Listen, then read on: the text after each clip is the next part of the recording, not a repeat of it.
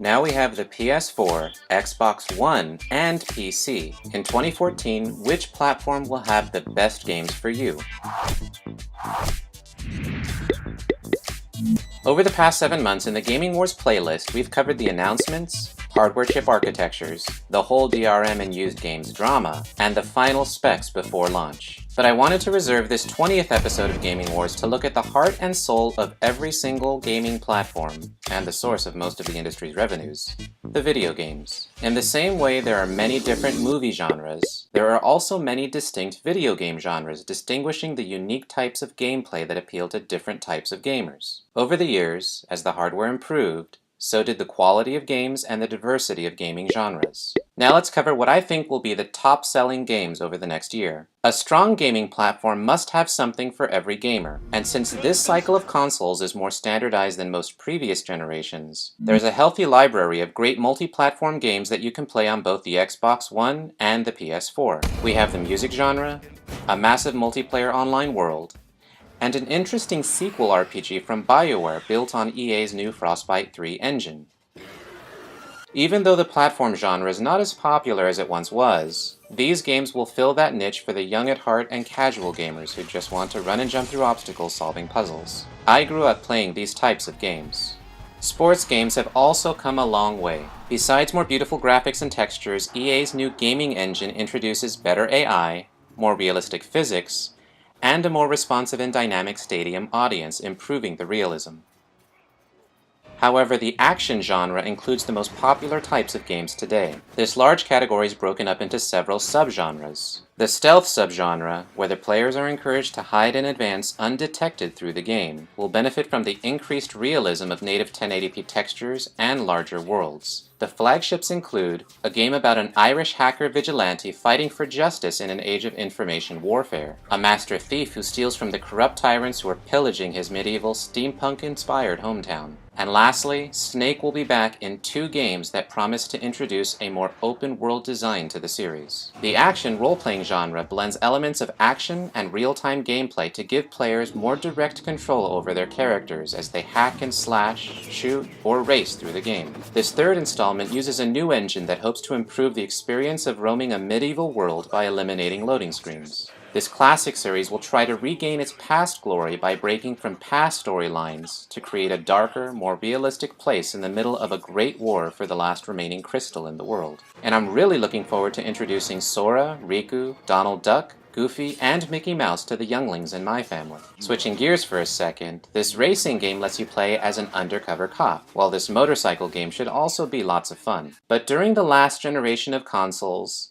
shooters made the most money. Among the sequels, you can join Team Rainbow to stop the vigilantes threatening Wall Street, or play as a special ops soldier fighting in future battles between Russia, China, and the US. Or fighting in South America against a strong oil-producing superpower. Or even in a post-nuclear war world of Mad Max, where scarce ammo requires some creative weapon-making skills. But the 3 games I'm most interested in take place in an alternate history where the Nazis win World War II, a present-day disease-infested United States during the winter, and last, but definitely not least, a battle set during the best Star Wars movie produced so far. Now let's dig into the exclusives that you can only get on specific platforms. If I had to sum up the exclusive PS4 library, the focus is on story-driven adventures and indie games. Over the past several years, Sony shut down some of its own studios and now relies on smaller development teams and the indie community to build fun and quirky PlayStation games, like playing an octopus posing as a human father, or controlling the wind in a visual and auditory journey, or guiding a worm through space, or a musical performer, or moving a couple characters through booby-trapped rooms. The PS4 also has a strong free-to-play library of shooters, where you can fight in a future against human clones, or in a territory-controlled open world battling against up to 2,000 other players. Sony has its own platformer, directed by Mark Cerny himself, its own sports game covering America's pastime, an exclusive racing game, its own time-traveling role-playing game set in New York circa 2094, an exclusive survival horror game set in a psychiatric hospital, a dungeon crawl story of a child fighting for survival, and its own first-person shooter set on another planet in the middle of a civil war. And Sony will continue its tradition of great storytelling through action-adventure games, that take place during the apocalypse, in Seattle as a superhuman fighting against the government, or in an alternate steampunk history where knights fight against half-breed monsters. Finally, let's talk Xbox One.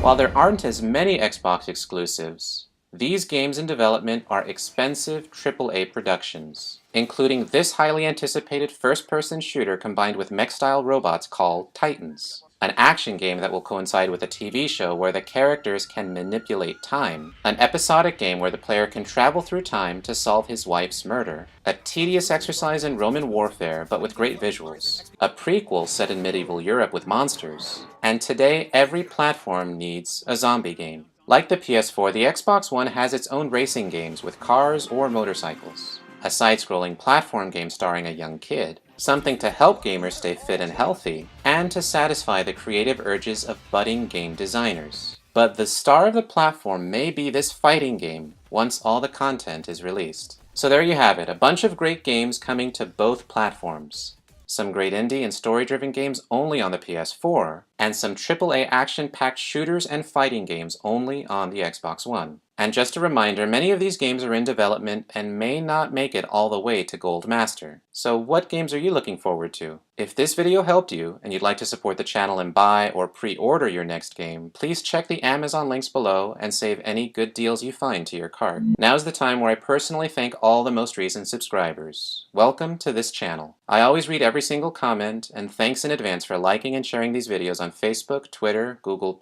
and Reddit. All the work and research is fun, but it's always your comments that keep me motivated and help me plan out future episodes. If you really liked this video, click the squares from your computer or check the links below to watch related episodes, especially Gaming Wars videos that cover the PS4 and Xbox One in general. And I'd like to wish you all a happy Thanksgiving. Thank you for giving me a place to share my ideas, thoughts, and opinions. Thank you for helping create this community, and thank you for making this channel a reality.